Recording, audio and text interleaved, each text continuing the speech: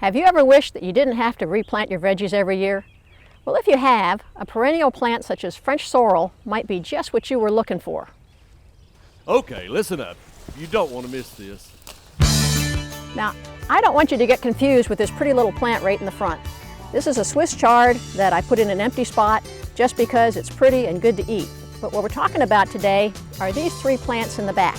This is the French sorrel. It has a tart, lemony flavor that is great in stews and soups and salads, the little leaves in salads, the older leaves in your stews and soups. These plants have been here for 4 years and they are just getting bigger and hardier every year. There are a lot of advantages to perennial veggies. They develop great root systems over time, they need less water and less fertilizer, and they're more resistant to pests, diseases, drought, and weeds. Because I'm leaving the soil alone year after year, perennial veggies foster a healthy and intact soil food web. Our sorrel looks pretty sorry in our hot Alabama summers, but every winter it bounces back and looks and tastes great from February through about May. The best way to harvest sorrel is simply snip it with pruners or kitchen shears. We have our sorrel cut. Now we're ready to go to my kitchen. You can use French sorrel in omelets, salads, stews, and soups. Today we're going to make a hearty vegetable beef soup, and of course the prime ingredient is the sorrel.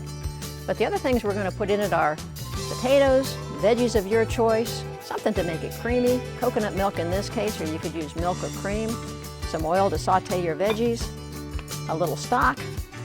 I'm going to use beef, but you could use chicken, an onion, and some dill. Sorrel has a lot of vitamin C and is a good source of vitamin A as well. In the old days, sailors used it to prevent scurvy. On the downside, you need to know that the sour taste comes from lots of oxalic acid. So if you struggle with arthritis or kidney stones, you should be cautious about eating sorrel because it could aggravate those conditions. You want to chop the sorrel really fine because otherwise, when you're eating it later, you're going to have long pieces of green stuff dripping off your spoon. Now you might wonder how much sorrel's enough. Well, this is really going to wilt down. So what I'm going to do is I'm going to fill up this measuring cup, and when I can't get any more in, I'm done.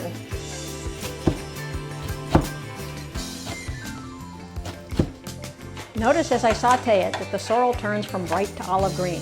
That's normal. One hint, don't use iron or aluminum cookware.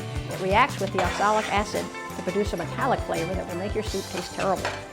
Here I am sauteing the sorrel with the veggies, then adding it to the potatoes, the beef, and the broth I cooked earlier. Then I'm adding the coconut milk. The recipe is down in the description. I'm going to let this whole mess simmer for about 5 minutes while I clean up the kitchen, and then I'm going to enjoy a cup of sorrel soup for my lunch. Stubborn Old Gardeners comes from the Central Alabama Master Gardener Association. It's not like we're getting paid to do this.